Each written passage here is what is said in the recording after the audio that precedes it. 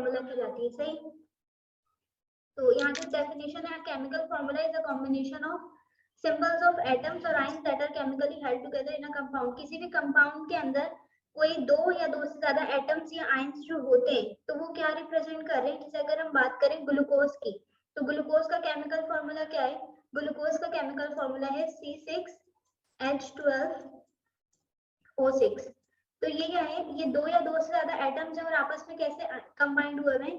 Chemically combined हुए हैं। तो ये क्या कहलाएगा? ये कहलाएगा केमिकल फॉर्मूला। अब केमिकल फॉर्मूला की दो टाइप्स होती है, एक होती है एम्पेरिकल फॉर्मूला और एक होती है मॉलिक्यूलर फॉर्मूला। अब एम्पेरिकल फॉर्मूला क्या होता है? एम्पेरिकल फॉर्मूला आपको सिर्फ ये बताता है कि उस कंपाउंड में कौन कौन से एटम है। सही, मतलब कि ग्लूकोज में कौन कौन से एटम आ रहे थे? कार्बन आ रहा था, हाइड्रोजन आ रहा था और ऑक्सीजन। तो ये चीज क्या कहला रही है? ये चीज कहला रही है एम्पेरिकल फॉर्मूला। एम्पेरिकल फॉर्मूला बस इतना ही बताता है कि कंपाउंड में कौन कौन से एलिमेंट्स मौजूद हैं या कौन कौन से एटम्स मौजूद हैं। डेफिनेशन है a formula that gives only the relative number of each type of atom present in a molecule। मतलब एटम कौन कौन से मौजूद हैं उस मॉलिक्यूल के अंदर, बस ये बताता है। ठीक है, तो इस तरह का फॉर्मूला क्या कहलाता है?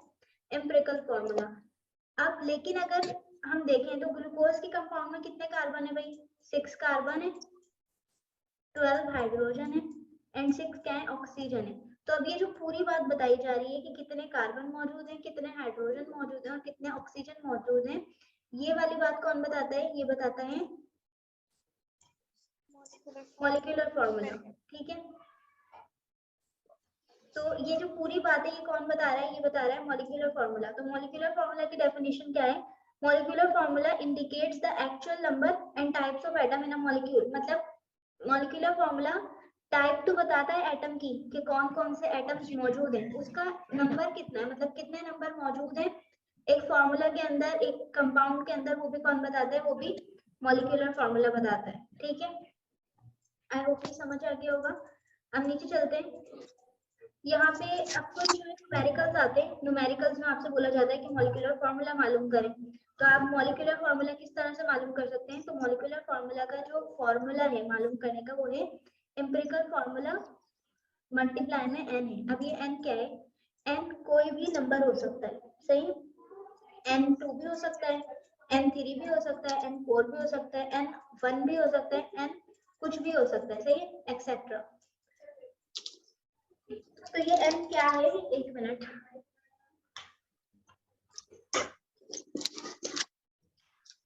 जी, तो ये n क्या है? n आप एम्पिरिकल फॉर्मूला के लिए जो है ये n मालूम करने के लिए आप कुछ स्टेप्स जो है सॉल्व करते हैं, उसके बाद जाकर आप जो है इस n को जो है जो भी आपको एम्पिरिकल फॉर्मूला दिया होता है उससे मल्टीप्लाई करा देते हैं। फॉर एग्जांपल इसका न्यूमेरिकल आके करेंगे, बस ये एक समझा रही हूँ ऐसे कि अगर आपका जो एम्पिरिकल फॉर्मूला है वो क्या है?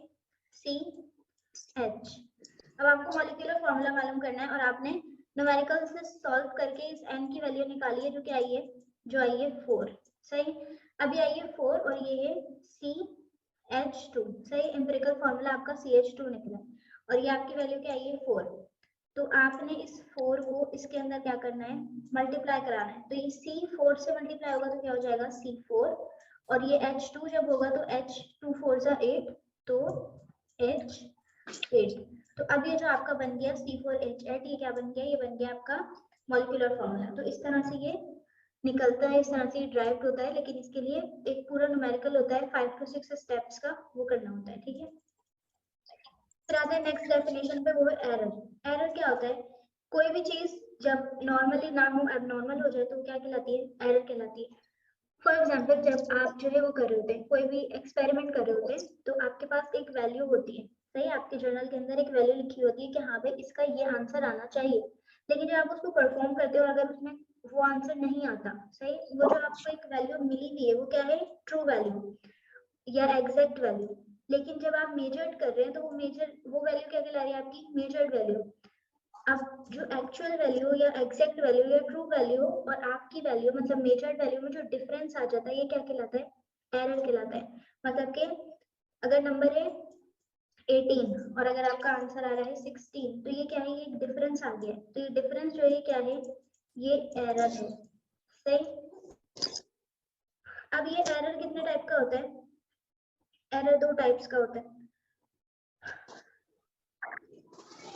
अच्छा, यहाँ पे एरर और डेविएशन लिखा हुआ है। डेविएशन की अलग डेफिनेशन होती है। डेविएशन उस चीज को कहते हैं, एरर तो समझ आ गया ना, मेजर्ड वैल्यू और ट्रू वैल्यू या एक्चुअल वैल्यू के दरमियान में डिफरेंस क्या कहला रहा है? एरर। और डेविएशन क्या है? डेविएशन है आपकी मेजर्ड वैल्यूज। आपने नोटिस किया होगा, अगर आपने जो है मैट्रिक के जो है वो करें एक्सपेरिमेंट्स वगैरह, तो जब आप किसी भी चीज की वैल्यू निकालते हैं, अगर पेंडुलम याद होगा कि धागे में कुछ बॉल बांध के उसको टाइम नोट किया जाता था, ठीक है, तो उसके भी तीन बार करते थे हम। एक ही चीज को 3 बार करते हैं। 3 बार क्यों करते हैं? क्योंकि हमारी जो वैल्यूज होती है ना, वो अगर आप एक बार करेंगे वो कुछ और आएगी, दूसरी बार करेंगे उससे थोड़ी सी चेंज आएगी, तीसरी बार करेंगे उससे थोड़ी सी चेंज आएगी। तो ये जो चेंज होता है वैल्यूज के अंदर, इस चेंज को आप एक एवरेज निकालते हैं, ठीक है। एवरेज कैसे निकालते हैं? अगर आपने 3 वैल्यूज निकाली है, जैसे अगर आपकी एक वैल्यू है 18, एक है 18.5 और एक है 19, तो ये जो 3 आपके आ गए, आप इसको 3 से डिवाइड कर देंगे, तो ये आपकी क्या आ जाएगी? ये आपकी मीन वैल्यू आ जाएगी। तो difference between measured value with mean value, तो ये क्या कहलाती है? ये कहलाती है डेविएशन। मतलब इसका और जो आंसर लास्ट में आ रहा होगा उसके दरमियान में जो डिफरेंस है वो क्या कहलाता है? वो कहलाता है डेविएशन। फिर एरर्स कितने टाइप्स के होते हैं? तो एरर्स 2 टाइप्स के होते हैं। एक होता है सिस्टमैटिक एरर और एक होता है रैंडम एरर। सिस्टमैटिक एरर क्या होता है? ये एरर की वो टाइप होती है जहां पर जो एरर आता है वो किसकी वजह से आता है? वो इम्प्रॉपर इंस्ट्रूमेंट की वजह से आता है। मतलब जो इंस्ट्रूमेंट आप यूज कर रहे हैं किसी भी एक्सपेरिमेंट को परफॉर्म करने के लिए, जो भी चीजें आप यूज कर रहे हैं, तो उसके अंदर अगर कोई मसला होगा तो क्या होता है? तब आपका एरर आता है। तो इस इंस्ट्रूमेंट में मसले होने की वजह से जो आपका एरर आ रहा होता है वो क्या कहलाता है? Systematic error. सिस्टमैटिक क्यों? क्योंकि अगर हम कोई प्रैक्टिकल परफॉर्म कर रहे हैं तो हम क्या कहेंगे कि हमारा सिस्टम है, ये हमारे इंस्ट्रूमेंट है, तो आपके सिस्टम में मसला है, इसीलिए आपका जो एरर आ रहा है वो क्या कहला रहा है? सिस्टमैटिक एरर आ रहा है। और रैंडम एरर क्या होता है? रैंडम एरर अगर आपने किसी चीज में जो है खुद से मसला कर लिया है, जैसे आपकी जो मेजरमेंट्स है अगर वो गलत है, तो वो क्या कहलाएंगी?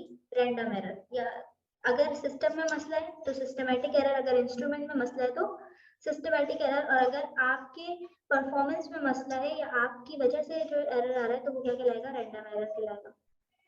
और जो सिस्टमैटिक एरर होता है उसको हम अवॉइड कर सकते हैं, रेक्टिफाइड कर सकते हैं, लेकिन जो आप परफॉर्मेंस में गलती कर रहे होते हैं उसको अवॉइड नहीं किया जाता है, उसको रेक्टिफाइड नहीं किया जाता है, ठीक है। फिर है सिग्निफिकेंट फिगर्स। तो सिग्निफिकेंट फिगर्स के लिए यहाँ आ जाते हैं। सिग्निफिकेंस का मतलब क्या होता है? सिग्निफिकेंट मीन होता है इंपॉर्टेंट, सही, and figures mean digits. For example इसकी डेफिनेशन देखते हैं पहले। डेफिनेशन क्या कहती है? The reliable digits in a number which are known with certainty are called significant. Reliable किसे कहते हैं? जिस पर आप यकीन कर सकें, जिस भी चीज पर आप यकीन कर सकें वो रिलायबल कहलाती है। अब डिजिट्स क्या होते हैं? डिजिट्स आप 0 से लेकर कहीं तक भी ले जा सकते हैं, इसकी कोई रोक टोक नहीं है, सही। तो ये जो डिजिट्स हैं, ऐसे डिजिट्स जो क्या हो? जो रिलायबल हो। अब 0 रिलायबल नहीं होता है, 1 2 3 या आगे जो भी है, तो ये सब क्या होते हैं? ये सारे रिलायबल डिजिट्स होते हैं, सही। तो इन तमाम डिजिट्स जो भी रिलायबल हो उनको हम क्या कहते हैं? हम उनको सिग्निफिकेंट फिगर्स कहते हैं, सही। अब इसके ऊपर क्या आते हैं? इसके ऊपर क्वेश्चंस आते हैं, न्यूमेरिकल्स भी आ जाते हैं, वो क्वेश्चंस आते हैं और एमसीक्यूज भी आ जाते हैं। अब ये सिग्निफिकेंट फिगर्स में जितने भी ये हैं 1 2 3 4 5 6 या नॉन जीरो डिजिट्स कहते हैं हम इनको, सही। नॉन जीरो डिजिट्स क्या कहलाएंगे? जो जीरो नहीं होंगे वो नॉन जीरो कहलाएंगे, सही। तो इन तमाम डिजिट्स को हम क्या कहते हैं? सिग्निफिकेंट। लेकिन रूल कहाँ लगते हैं? रूल लगते हैं जहां पर जीरो आते हैं। मतलब अब जीरो कौन से वाले सिग्निफिकेंट है और कौन से वाले नहीं है। तो हम रूल नंबर 1 देखते हैं। रूल नंबर 1 क्या कहता है? All non zero digits. Non zero मतलब जो जीरो ना हो, जीरो के अलावा तमाम डिजिट्स क्या कहलाएंगे? सिग्निफिकेंट। फॉर एग्जाम्पल आपको क्वेश्चन में ये नंबर दिया गया है 24 और कहा गया है इसके अंदर कितने सिग्निफिकेंट फिगर्स है वो आप लिखे। तो आप जो लिखेंगे, अब आप कैसे देखेंगे? अब आपका जो रूल नंबर 1 था वो क्या था कि नॉन जीरो डिजिट्स क्या होते हैं? सिग्निफिकेंट होते हैं। तो मतलब कि ये भी नॉन जीरो है और ये भी नॉन जीरो है, तो आपके पास कितने डिजिट्स हो गए? 2 सिग्निफिकेंट डिजिट्स या 2 सिग्निफिकेंट फिगर्स हो गए। ऐसे अगर हम दूसरे वाले में देखें तो 3 3 7 2 चारों क्या है? Non zero. तो मतलब कि चारों क्या है? सिग्निफिकेंट फिगर्स हैं, सिग्निफिकेंट डिजिट्स हैं। फिर आते हैं सेकंड रूल की तरफ। सेकंड रूल क्या होता है? अच्छा, ये रूल्स या तो आप राइट कर लें अपने पास, जो है नोट डाउन कर लें, या तो फिर जो है आपको फेसबुक पे पेज है ओशन ऑफ नॉलेज, वहां पे ये पीडीएफ मिल जाएगी, या आपको मैं व्हाट्सएप पे भी सेंड कर लूंगी, तो ये लिख लिएगा। सही, ये रूल्स आपको याद होने चाहिए लाजमी। अब रूल नंबर 2 क्या है, starting zero are non significant. मतलब अगर आपके पास कोई नंबर लिखा हुआ है, फॉर एग्जांपल ये वाला नंबर लिखा हुआ है, तो इसमें जो स्टार्टिंग जीरो है वो सब क्या है, वो सब नॉन सिग्निफिकेंट है, मतलब कि ये सब रिलायबल डिजिट्स नहीं है।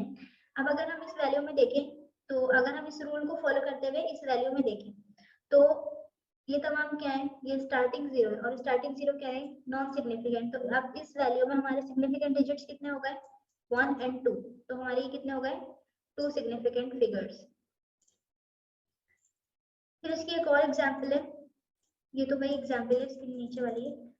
इसकी एक और एग्जांपल है कि स्टार्टिंग जीरो ये 3 है, तो मतलब ये 3 क्या होंगे, ये नॉन सिग्निफिकेंट होंगे, तो हम इसके अलावा बाकी डिजिट्स देखेंगे, तो 1 2 3 4, तो 4 सिग्निफिकेंट फिगर्स। फिर आते हैं रूल नंबर 3 पे। रूल नंबर 3 क्या कहता है, zero between non zero digits is significant. For example अगर एक नंबर है 48900621, सही, तो अब ये जो दो जीरो आ रहे हैं, ये किस चीज के दरमियान में आ रहे हैं, ये नॉन जीरो डिजिट्स के दरमियान में आ रहे हैं। तो मतलब अगर ये नॉन जीरो डिजिट्स के दरमियान में आ रहे हैं, तो ये क्या कहलाएंगे, ये सिग्निफिकेंट कहलाएंगे। इसका मतलब ये है कि जब आप अपने सिग्निफिकेंट फिगर काउंट करेंगे, तो आप इनको भी काउंट करेंगे।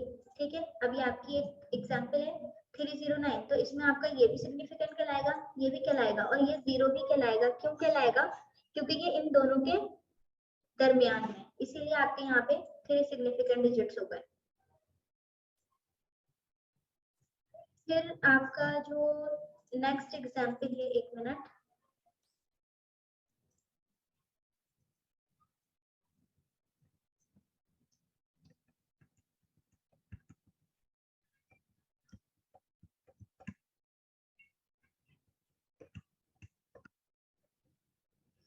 सही, तो ये आपकी जो नेक्स्ट एग्जांपल है वो क्या है, 4908। तो आपके ये क्या है, सिग्निफिकेंट डिजिट्स है, नॉन जीरो डिजिट्स हैं, और ये भी नॉन जीरो डिजिट्स है। अब नॉन जीरो के दरमियान में अगर एक जीरो आ जाता है, तो वो भी क्या होता है, सिग्निफिकेंट, तो इसलिए आपके 4 सिग्निफिकेंट डिजिट्स हो गए।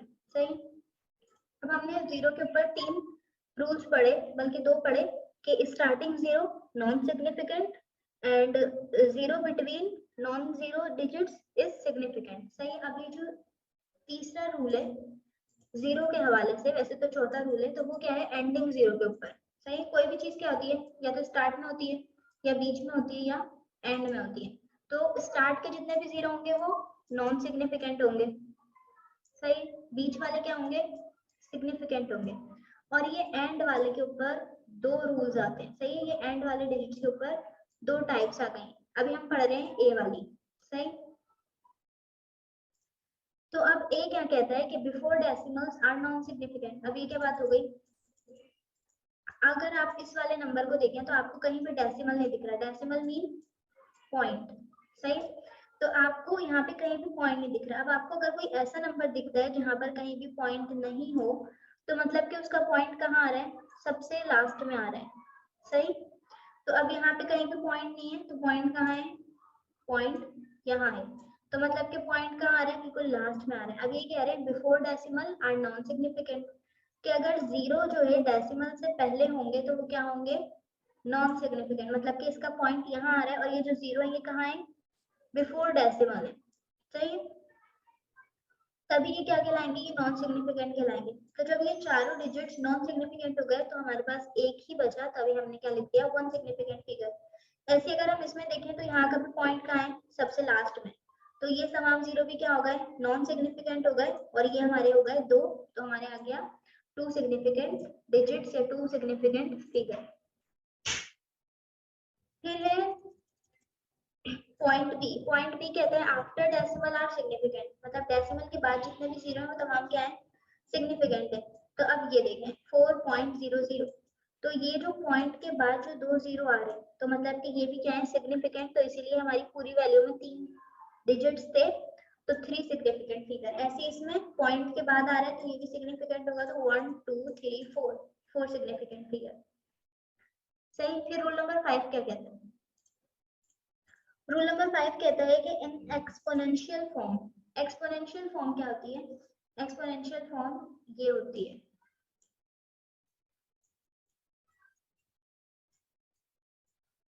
सही। तो ये क्या होती है, एक्सपोनेंट फॉर्म होती है। अब एक्सपोनेंशियल फॉर्म में तीन चीजें होती हैं, एक ये 10 और एक ये 2। तो ये वाली जो वैल्यू होती है, ये जो इसे स्क्वायर या ट्रायंगल वो रेक्टेंगल कह रहे हैं, इसके अंदर जो होती है ये क्या कहलाती है, ये कहलाती है कोएफिशिएंट,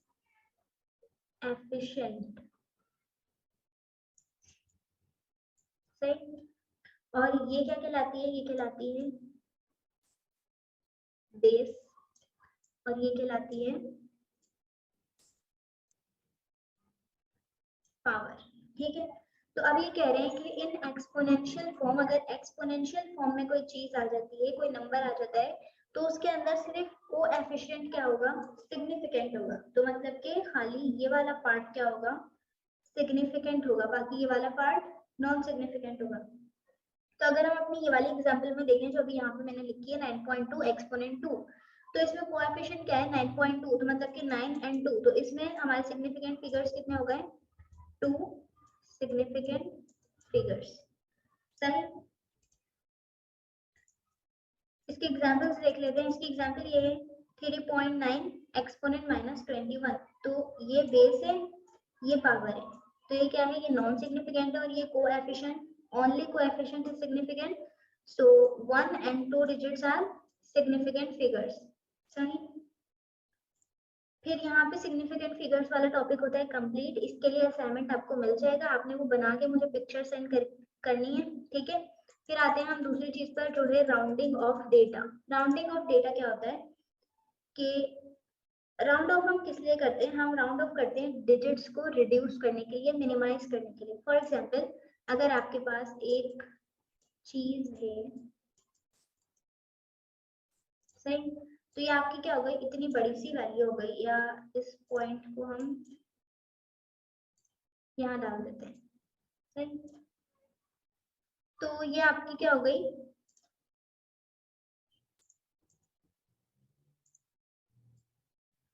इतनी बड़ी सी वैल्यू, सही। अब आपको इसको लिखने में मसला होगा, तो आपको इसको क्या करना है, रिड्यूस करना है या मिनिमाइज करना है। तो आप किस तरह से करते हैं, आप इस 6 को ड्रॉप करते हैं और यहाँ लिख देते हैं 4,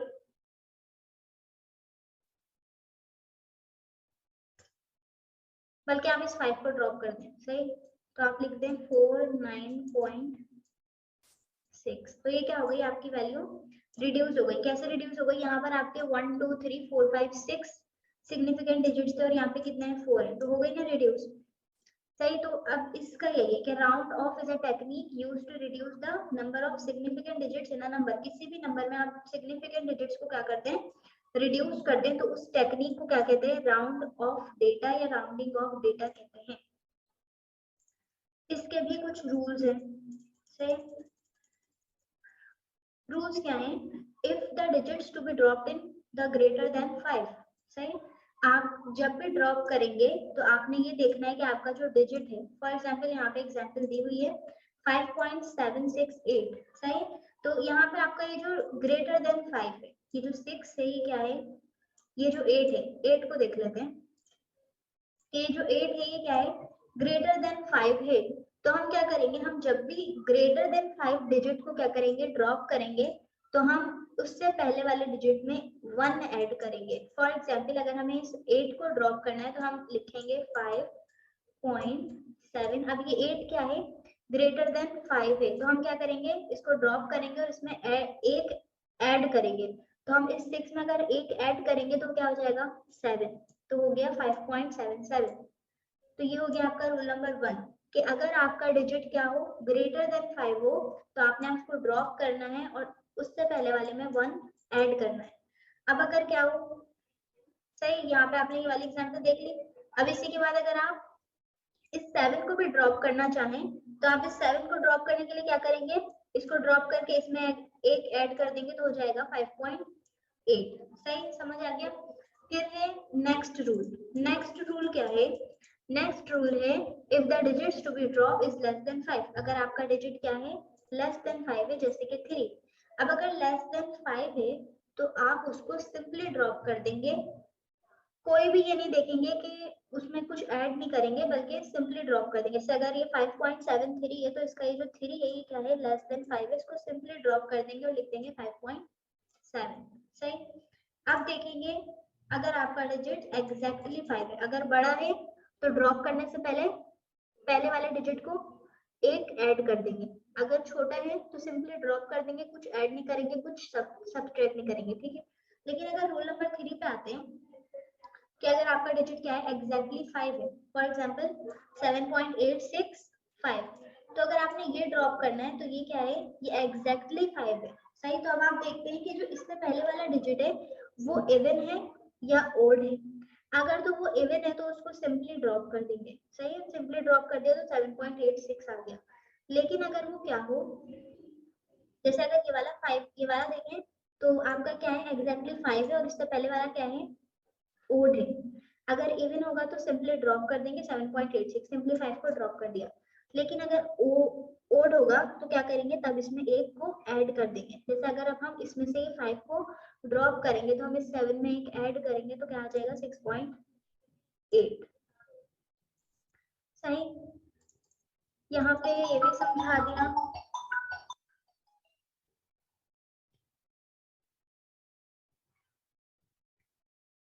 सही। तो यहाँ पे हो गया कंप्लीट, टाइम भी हो गया कंप्लीट। यहीं पे क्लास को ऑफ करते हैं, बाकी क्या पढ़ेंगे कल इंशाल्लाह। कल न्यूमेरिकल्स करेंगे मोल्स के।